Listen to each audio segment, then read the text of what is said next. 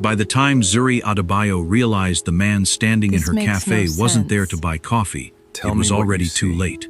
The photograph in her trembling hand showed her late grandmother standing beside a powerful Korean family she had never mentioned, not once. But the words written across the back were worse. How is this even Your grandmother possible? didn't die by accident. Zuri's stomach dropped. Across the counter, Lee Joon-hyuk, the cold, devastatingly handsome heir to one of Korea's biggest hotel empires, was watching her with an expression that made her blood run colder. Because he already knew. He knew her grandmother. He knew something about her death.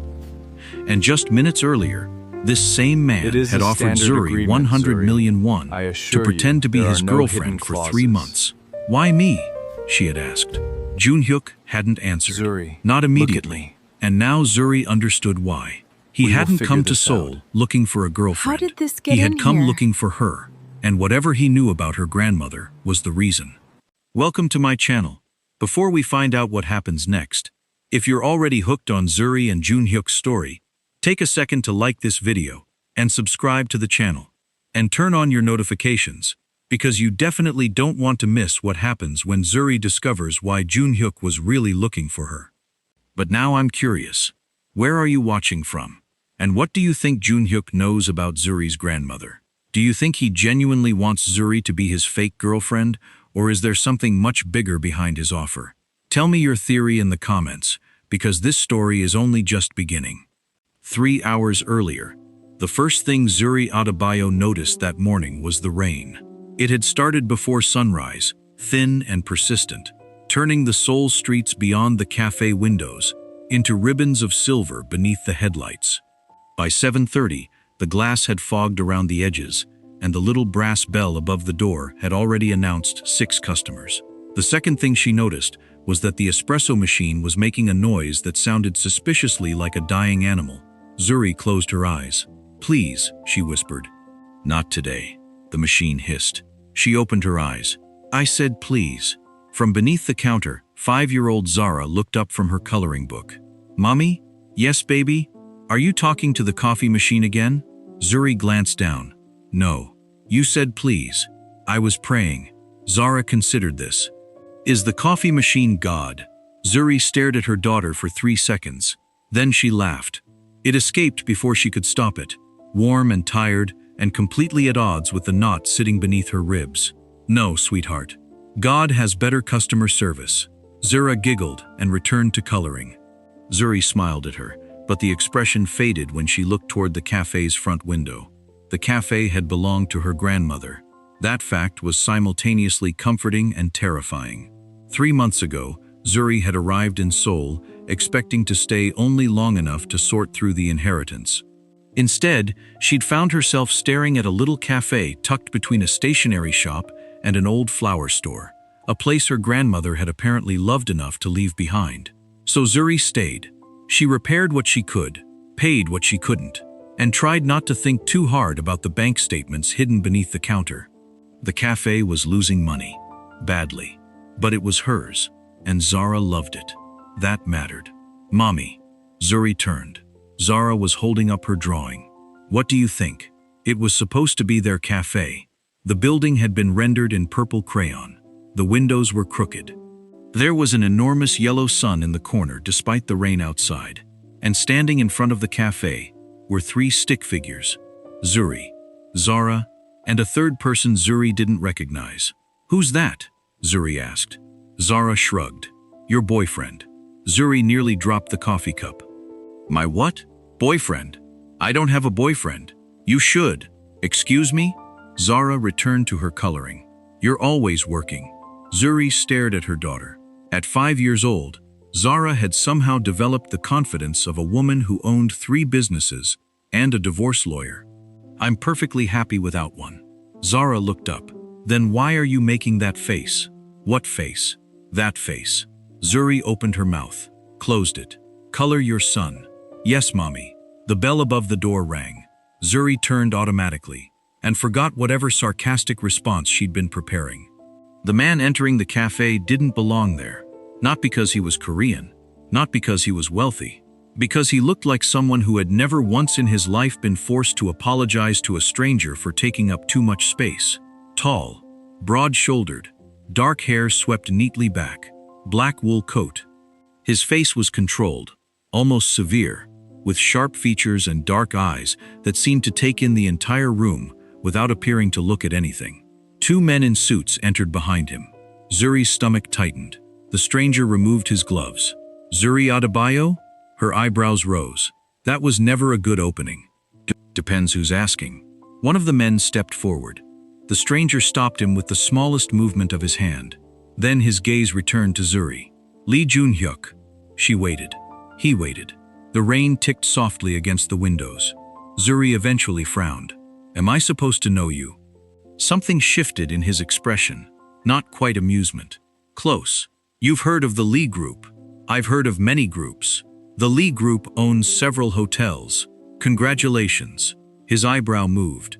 Zuri immediately disliked herself for noticing how good his face looked when he did that. Joon-hyuk approached the counter. "I'd like a coffee. We're closed." He glanced toward the clock. It was 8 in the morning. Zuri stared back. He looked at the espresso machine, then at her. "Your sign says you're open." "My sign is optimistic." For the first time, his mouth twitched. Zuri's stomach did something inconvenient. She ignored it. "Coffee? Americano? Anything else?" "No." "Wonderful. That'll be 5,001. He placed a bill on the counter. Zuri looked at it, then at him. "That is 50,000. "I know. Do you normally pay 10 times the price?" "Do you normally argue with customers?" "Only the ones who can't read menus." Behind him, one of the suited men coughed. Joon-hyuk's eyes narrowed slightly. Zuri realized he was trying not to smile. That irritated her more than anything. She turned toward the machine. "Sit down." "Excuse me?" "Your coffee will take a minute." "I can stand." "Then stand quietly." His gaze lingered on her, and suddenly Zuri became aware of everything. The rain, the warmth of the café, the way his coat smelled faintly of cedar and expensive cologne, the fact that his eyes had dropped briefly to her mouth. Her pulse stumbled. She hated that. She hated him a little for causing it. Then Joon-hyuk said quietly, "You have your grandmother's eyes." The coffee machine hissed. Zuri froze. Her fingers tightened around the cup. "What did you say?" He didn't answer immediately, and that hesitation told her everything. "You knew my grandmother?" His jaw tightened. "I knew of her. That wasn't what I asked." "I know." Something cold settled inside Zuri's chest. She placed the cup down. "Who are you?" "I already told you." "No. You told me your name." His expression hardened. "Zuri, don't." He stopped.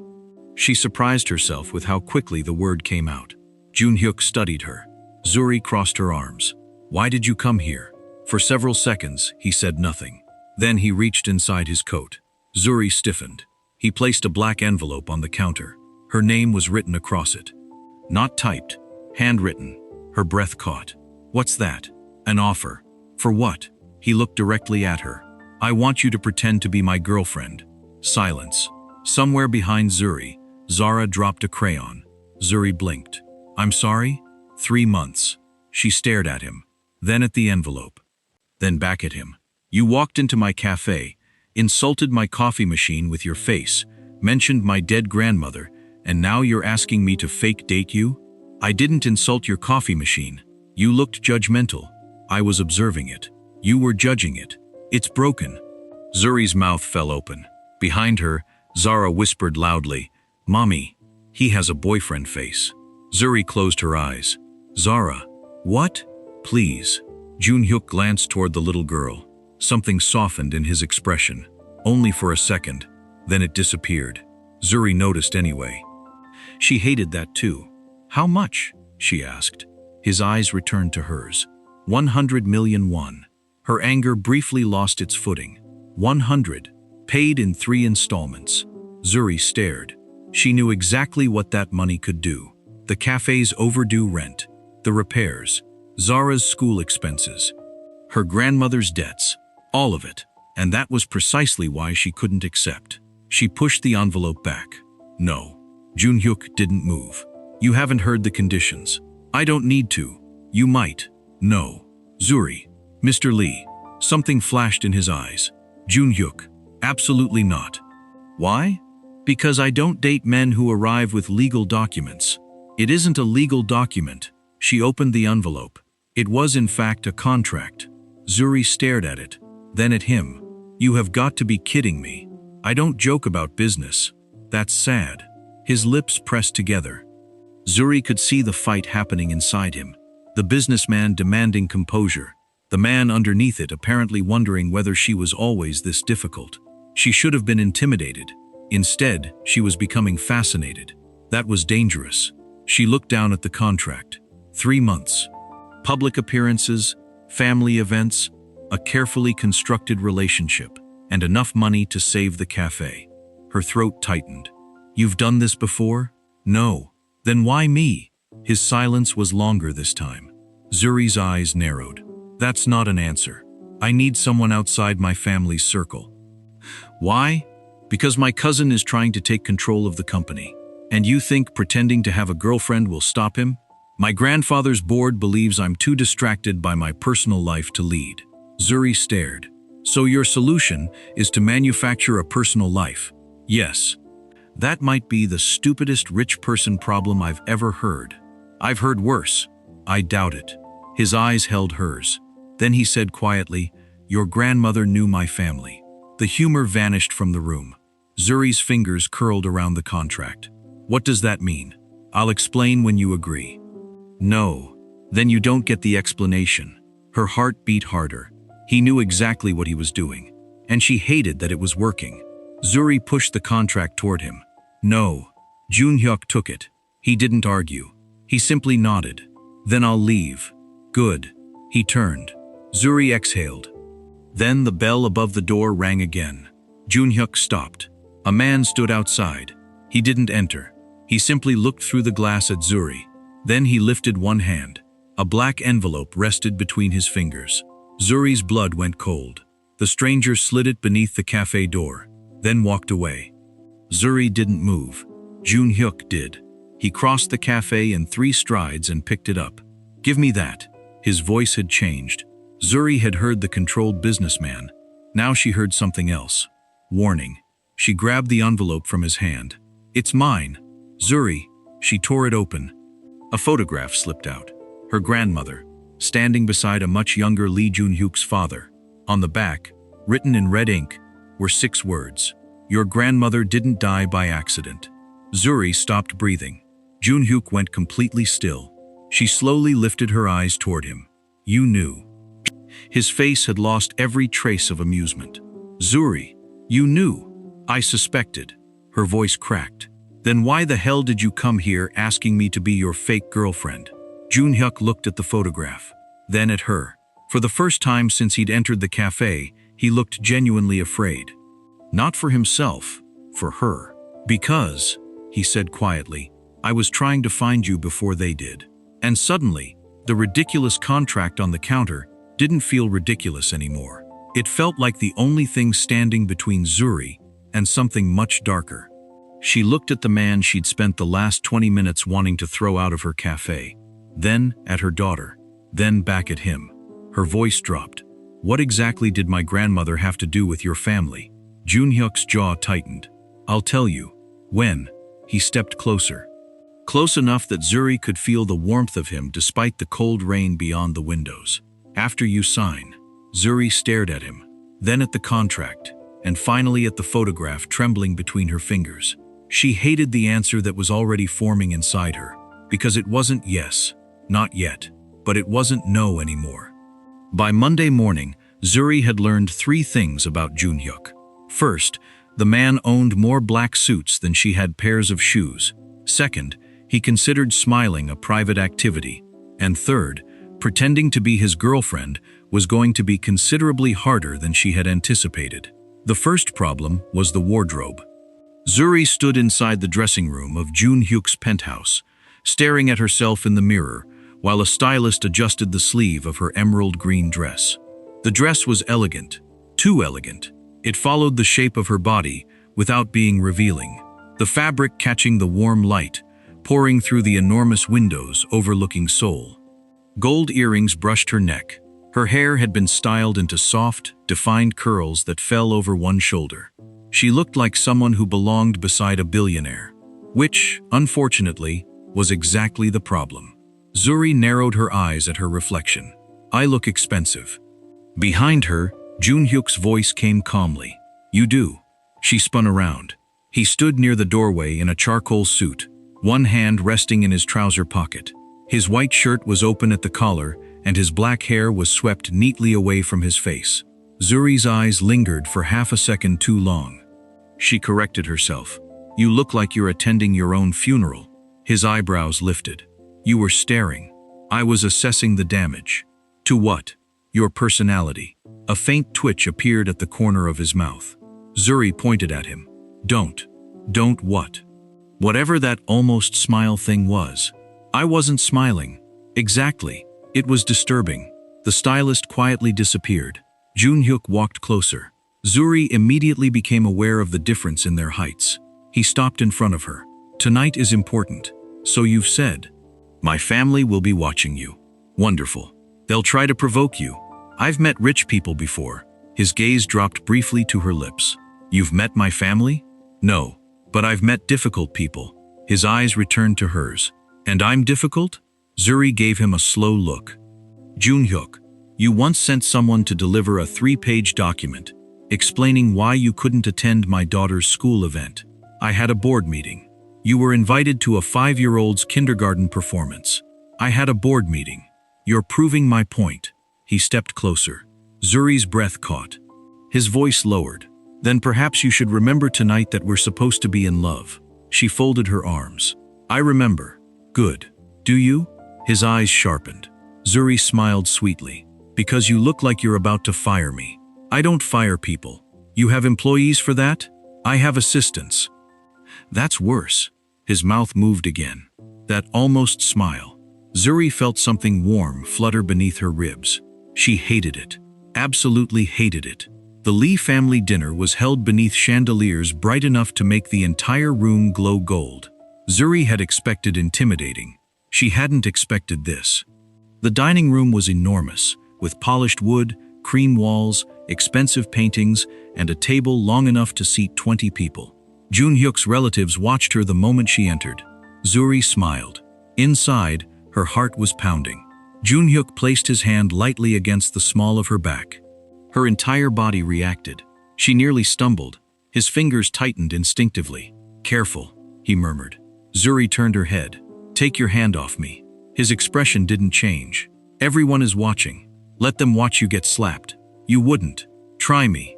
His thumb shifted against her waist. Zuri's breath caught. He noticed. Of course he noticed. His eyes flickered toward her. She gave him a warning look. His hand stayed exactly where it was. "The bastard." "Smile," he whispered. Zuri's teeth remained clenched. "I am smiling. You look homicidal." "I'm in love." Apparently. His gaze softened. "Only for a heartbeat." Then he leaned closer. "Convince them." Before Zuri could respond, she turned toward the room and smiled. Joon-hyuk's hand remained at her waist, and suddenly she understood the assignment. She slipped her arm around his. His shoulders stiffened. Zuri looked up innocently. "What?" "Nothing." "You look tense." "I'm not. Your arm is practically made of concrete." "Zuri." She smiled wider. "Sweetheart." His eyes narrowed. She nearly laughed. The dinner began, and somehow they were good at this. Too good. When someone asked how they met, Joon-hyuk said they'd known each other longer than they had. Zuri immediately interrupted. "He annoyed me." The table went quiet. Joon-hyuk turned toward her. Zuri shrugged. "He still does." His aunt looked horrified. Joon-hyuk calmly picked up his wineglass. "I was persistent. Annoying. Persistent. Annoying." His gaze settled on her. "You remembered." Zuri's smile faltered. Something had changed. It was tiny, but she felt it. The words had sounded like teasing, but there was something underneath them. Something intimate. Something that didn't belong to the performance. Zuri looked away first. Later, during photographs, the photographer asked them to get closer. Joon-hyuk's hand slipped around her waist. Zuri leaned against him. His chest brushed her shoulder. The camera flashed. Again. Again. And for one dangerous second, Zuri forgot there was anyone watching. She felt his breath against her temple. "Stop staring at me," she whispered. "You're staring at me." "I'm not." "You are.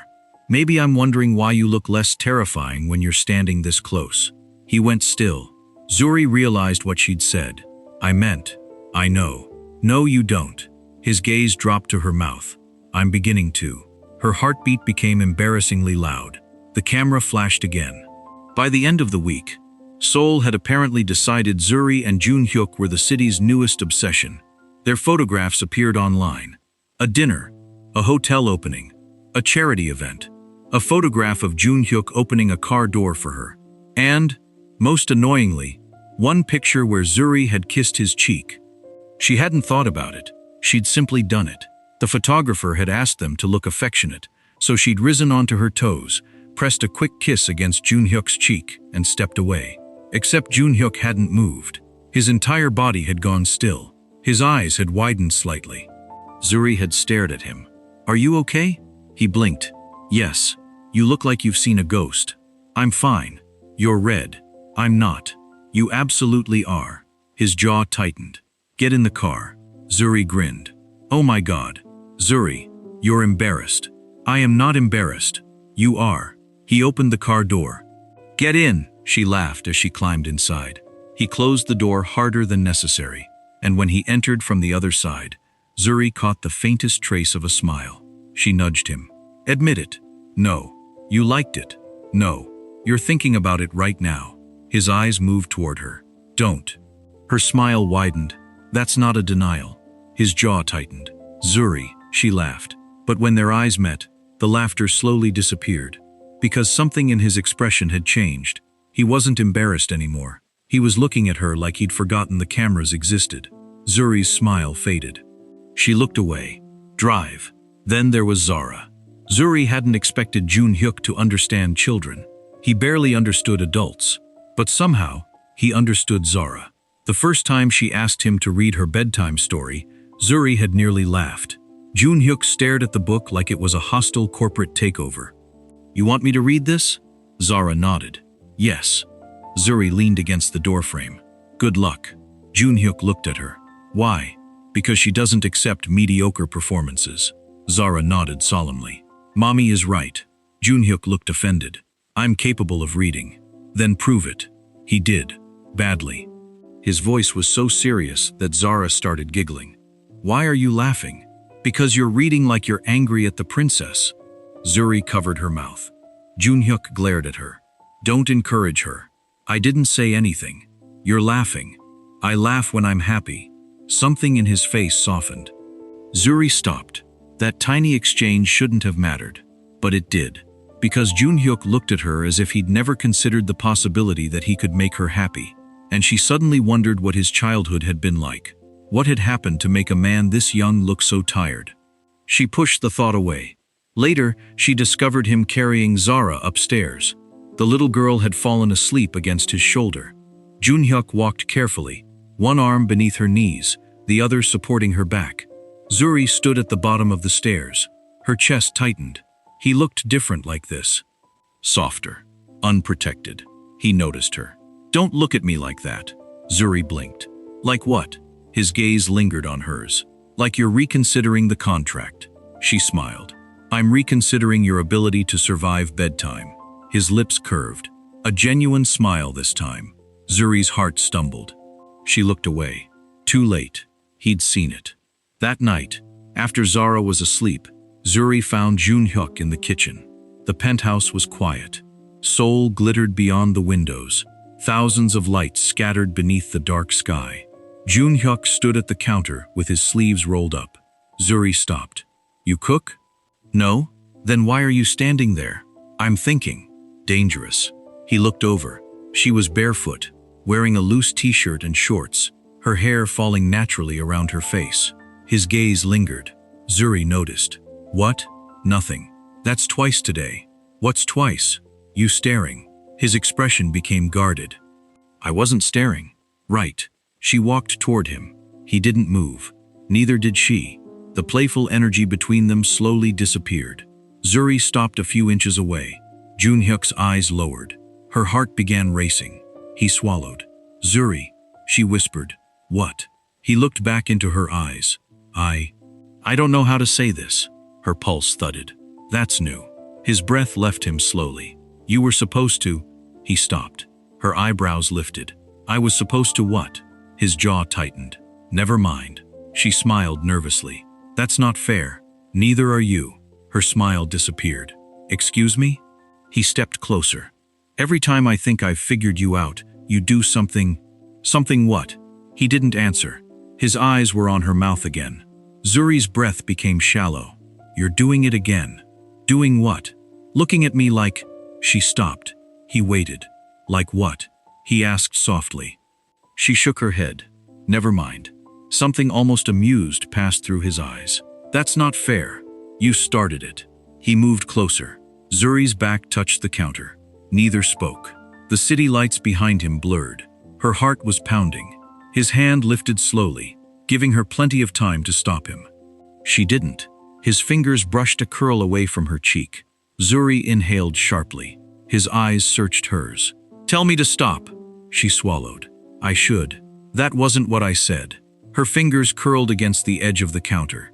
I don't know." His voice dropped. "Neither do I." And that honesty frightened her more than confidence ever could. He leaned closer. Zuri didn't move. Their noses nearly touched. His breath warmed her lips. Her eyes lowered. His did too. For one suspended second, the contract disappeared.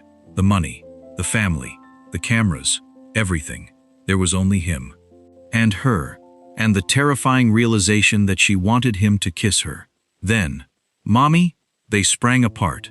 Zuri nearly knocked over a glass. Joon-hyuk stepped backward so quickly he hit the counter. Zara stood in the hallway, clutching her stuffed rabbit. Her sleepy eyes moved between them. Zuri's face burned. "Baby, why are you awake?" Zara frowned, then looked at Joon-hyuk, then at her mother. "Mr. Joon is stealing your face." Silence. Zuri covered her mouth.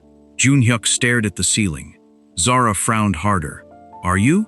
"No," he said immediately. Zuri burst out laughing. Joon-hyuk looked at her. "You're enjoying this." "I'm sorry." "You're not." "No." Zara yawned. "Can Mr. Joon steal it tomorrow?" Zuri nearly choked. Joon-hyuk's ears turned red. "Go back to bed, Zara." "But now." Zara shuffled away, then stopped. She turned. "Mommy?" "Yes." "You like him." Zuri's laughter died. Joon-hyuk went completely still. Zara disappeared down the hallway. The silence that followed was unbearable. Zuri slowly turned toward him. He was already looking at her. Neither smiled, neither joked, because the little girl had said aloud what they had both been carefully avoiding. Zuri's heart hammered against her ribs. Joon-hyuk's expression was unreadable. Finally, he whispered, "Do you?" Zuri's lips parted. The answer sat there, dangerous and undeniable. She should have lied. Instead, she looked at him and said softly, "I think that's becoming a problem." His eyes dropped to her lips, then rose again, and the faintest smile appeared. "Good." Zuri's heart skipped. "Good?" He stepped closer. "Because I think I'm having the same problem." And for the first time since she'd signed his ridiculous contract, Zuri realized the rules weren't protecting them anymore. They were becoming the reason neither of them could admit what they wanted. The café always felt different after midnight. During the day, it belonged to everyone.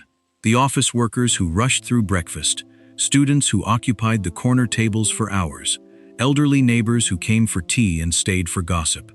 But after closing, when the chairs were turned upside down and the last customer had disappeared into the Seoul night, it belonged to Zuri again. The overhead lights were dimmed to half their usual brightness. Warm pools of amber fell across the wooden tables, leaving the corners in soft shadow.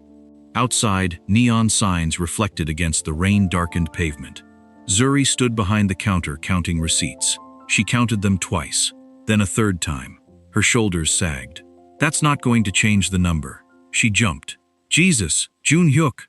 He stood near the entrance, already out of his coat, his dark suit jacket draped over one arm. Zuri pressed a hand against her chest. "You can't keep appearing like that." "I knocked." "I didn't hear you. You were arguing with a calculator." She glanced down at it. "I wasn't arguing." You called it useless. It was being useless. His mouth twitched. Zuri narrowed her eyes. Don't start. He walked toward her. You've been here since 6 this morning. She looked back at the receipts. Have I? Yes. Then I suppose time flies when you're financially doomed. His expression changed. Just slightly. The amusement disappeared. Zuri. She hated that tone. Soft. Too observant. Don't. You're worried. No, you are. I'm calculating. You're worrying while calculating. She pushed the receipts into a drawer. I'm fine. Joon-hyuk's eyes settled on her face. That was becoming one of his most irritating habits. He watched her when she said she was fine, as if he could see the lie underneath the words. You always do that, he said. Do what? Say you're fine when you're clearly not. Maybe I'm just a very convincing person. No. The answer came so quickly that she looked up. Joon-hyuk's expression softened. You're actually terrible at it. Her chest tightened. That shouldn't have affected her. It did. Zuri folded her arms. Are you here to insult me? I brought dinner. She blinked. What? He lifted a paper bag. Zuri stared at it. Then at him. You brought me food? You haven't eaten. I ate. When? Earlier. When? She hesitated. He waited. Zuri sighed. Coffee. Coffee isn't food. It has calories. That's not the defense you think it is. She fought a smile. You're becoming bossy. You're becoming impossible. Becoming? That got him. A small smile broke across his face, and Zuri's heart did that irritating little thing again. She looked away before he could notice. Unfortunately, Joon-hyuk noticed everything. He placed the food on the counter. Eat. That's an order? Please. Zuri looked at him. That word sounded strange coming from him. She softened. Fine. They ate together at one of the small tables by the window. No cameras, no family members, no pretending. Just rain against the glass and the distant hum of traffic. It was becoming dangerously easy. Zuri looked across the table. Joon-hyuk had loosened his tie. His sleeves were rolled to his forearms. He looked tired. Not billionaire tired, human tired. She wondered how often anyone actually noticed. You don't have to keep doing this. His eyes lifted. Doing what? Coming here. Why not? Because this is supposed to be an arrangement. He stared at her. Is that what you want?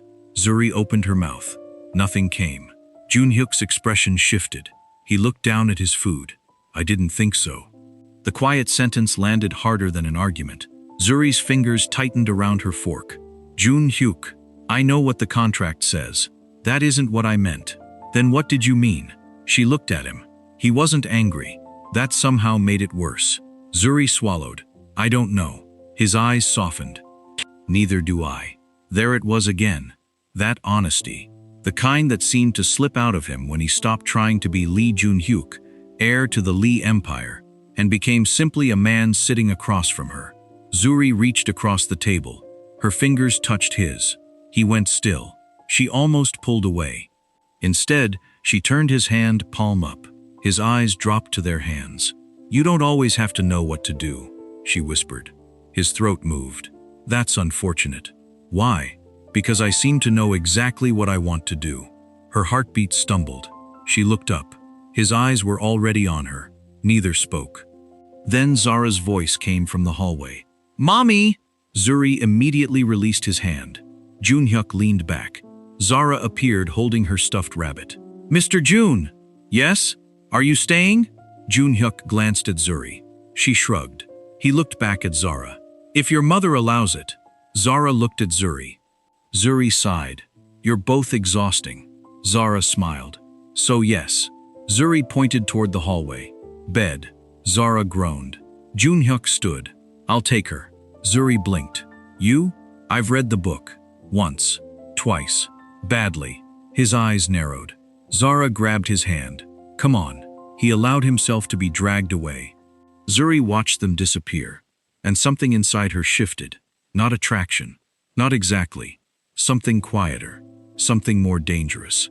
The realization that she was beginning to imagine what it would feel like if this weren't temporary. 3 nights later, the cafe closed beneath a clear sky. Zuri had spent the entire evening pretending she wasn't waiting for Joon-hyuk. She failed. At 9:30 she checked the door. At 10, she checked her phone. At 10:15, she told herself she didn't care. At 10:17, the bell rang. She looked up. Joon-hyuk walked inside. Zuri's heart lifted before her pride could stop it. "You're late." His eyebrow rose. "Good evening to you too. You're 47 minutes late. I had a meeting. Excuses. You missed me." She stared. He looked almost pleased with himself. "Don't flatter yourself. You counted the minutes." "I was counting because I have a business to run." Of course. She hated how easily he was learning to tease her. She hated even more how much she enjoyed it. He removed his coat. "Where's Zara?" "Asleep." "Already?" "She fought bedtime for 20 minutes." "Who won?" "I did." "Are you sure?" Zuri pointed toward the kitchen. "Go away." Instead, he walked behind the counter. She frowned. "What are you doing?" "Helping." "You don't know how." "I can learn." "That's surprisingly humble." "Don't get used to it." She laughed. And perhaps that was why she didn't notice the cabinet door she'd left open. She reached toward the upper shelf. Her fingertips barely brushed the jar she wanted. "Damn it." Joon-hyuk looked over. "What?" "Nothing." She stretched higher. Still nothing. Then his footsteps approached. "Don't." "Don't what?" "Help." "Why?" "Because you have a very irritating tendency to make everything look easy." He stopped behind her. "That's not an answer." Zuri turned, and suddenly discovered exactly how close he was. Too close. Joon-hyuk's chest was inches from her. Her back touched the counter. He reached over her shoulder. Zuri's breath caught. His arm passed beside her face. He retrieved the jar. Neither moved. His hand remained on the shelf. Her body remained between him and the counter. The cafe suddenly felt very small. "You're standing very close," she whispered. His gaze lowered to her lips. "You noticed. Hard not to. You're practically on top of me. Would you prefer I move?" Zuri's heart hammered. She should have said yes. She didn't. "I didn't say that." For a second, Joon-hyuk simply stared. Then he smiled. Not the polite smile he used for investors. Not the restrained one he gave his family. A genuine, helpless smile. Zuri's stomach flipped. "Oh." His smile faded slightly. "What?" "Nothing." "You said oh?" "I did." "Why?" "Because I've never seen you smile like that." His expression became strangely vulnerable. "Like what?" "Like you actually like me." His eyes held hers. "I do." The words were quiet. Simple. Zuri's chest tightened. She searched his face. "Joon-hyuk, I know." "No, you don't." "Then tell me." Her lips parted. She couldn't. Because what was she supposed to say? That she'd started looking for his car outside the cafe? That she knew the sound of his footsteps? That she missed him when he wasn't there? That she'd begun keeping his favorite coffee beans separate from everyone else's? Her silence told him enough. His gaze softened. "Zuri," she whispered. "Don't." "Why?" "Because," she swallowed.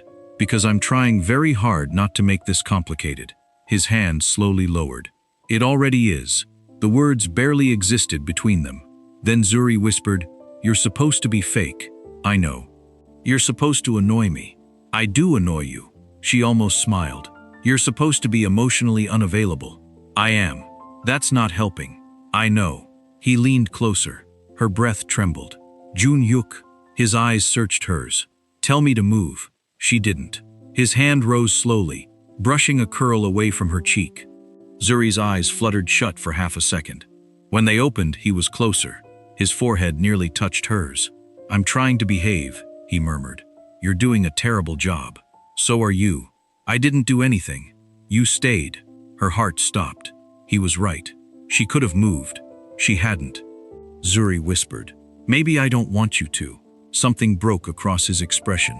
Restraint. He leaned in and kissed her.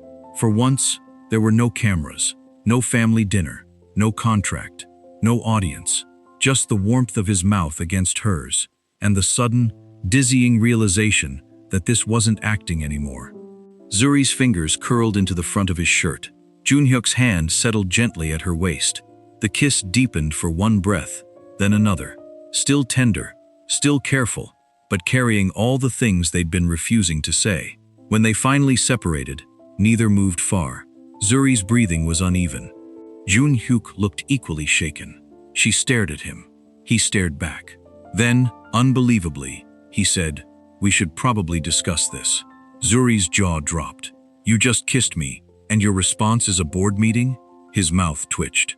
"It's not a board meeting. That's your defense? I thought we should establish boundaries." "Boundaries?" "Yes." She stared at him. "Joon-hyuk, you were just kissing me, like you forgot your own name." His eyes darkened. "You weren't exactly complaining." Zuri's mouth opened, closed. His smile returned. "Oh, you are unbearable. You kissed me back. Unfortunately, your hand is still holding my shirt." She looked down. Her fingers were indeed still curled into his collar. She immediately released him. He laughed. Actually laughed. Zuri stared. "You're enjoying this." "A little. I hate you." "No, you don't." The words landed differently. Zuri's smile faded. Neither did his. For a moment, the playful air disappeared. Joon-hyuk's voice softened. "I think that's the problem." Zuri's heart tightened. She looked away. "Don't say things like that." "Why?" "Because," her voice faltered, "I don't know how to answer you." He stepped closer but didn't touch her. "You don't have to." That almost hurt more. Zuri looked back at him. "You make it very difficult to remember this is temporary." His eyes lowered. "I know. And that scares me." His expression softened. "Me too." She hadn't expected that. "You're scared?" He gave a quiet, humorless laugh. "Zuri, I'm terrified." She blinked. He looked away. His jaw tightened.